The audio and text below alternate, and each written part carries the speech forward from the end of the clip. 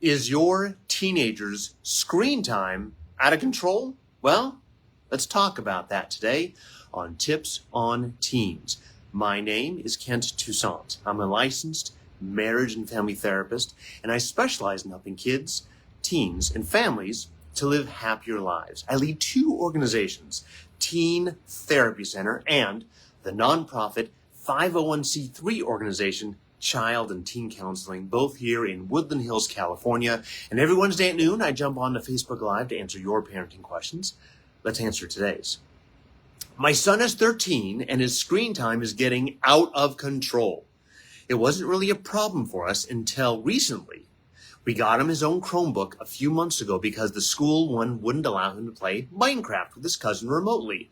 Unfortunately, it opened a Pandora's box. We are arguing with him about how much time he spends on the screen, and last week we caught him up at midnight watching YouTube. How do we establish some new rules and clean up this mess? Thank you for your question. I think this question, almost every one of my families I work with deals with this in one way or another. We have to understand that at 13, he has a developing teenage brain, which means he doesn't have a fully developed adult brain yet. So his prefrontal cortex, the executive functioning part of the brain, is underdeveloped. It's not his fault. He's 13. But things like impulse control, emotional regulation, the ability to see cause and effect is impaired in him as opposed to an adult. So we have to understand that we can't expect him to act and be mature in his decision making. He's 13. So oftentimes what I see works is getting one of these apps that you pay a monthly service or a yearly subscription where you put it on your phone and on his computer and you can regulate how much time is spent on there, what apps, what websites, things of that nature, what content you can have. None of them are perfect. Several of them are pretty good. Go out and do your research, figure out which one's best for you. Be prepared that you may have to get on the phone with customer service, figure out why it's not working the way you thought it was. Also the problem is if you're going to do a computer update, if you have not done a computer update, it might stop working. So you may have to go and double check that Chromebook or laptop, whatever computer you're using, to make sure that it's still working and workable. And what this does is it takes it removes you from having to be the prison warden where you're always looking to see if you can catch them, which makes you nervous, makes him nervous. It doesn't help anybody. So, but if you can have the program set the time of, hey, he has access to Minecraft from time X to time Y, and that's it, then you don't have to worry about him doing it later on. If you know that YouTube is shut off at a certain time, you know he won't be on at midnight on YouTube. You can shut off the whole computer. It has no Wi-Fi access for, from whatever time he's supposed to go to bed until he gets up in the morning. So you don't have to worry about him being on there.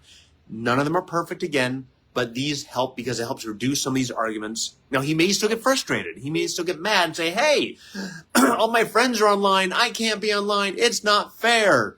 And you may have to help him, guide him towards other activities.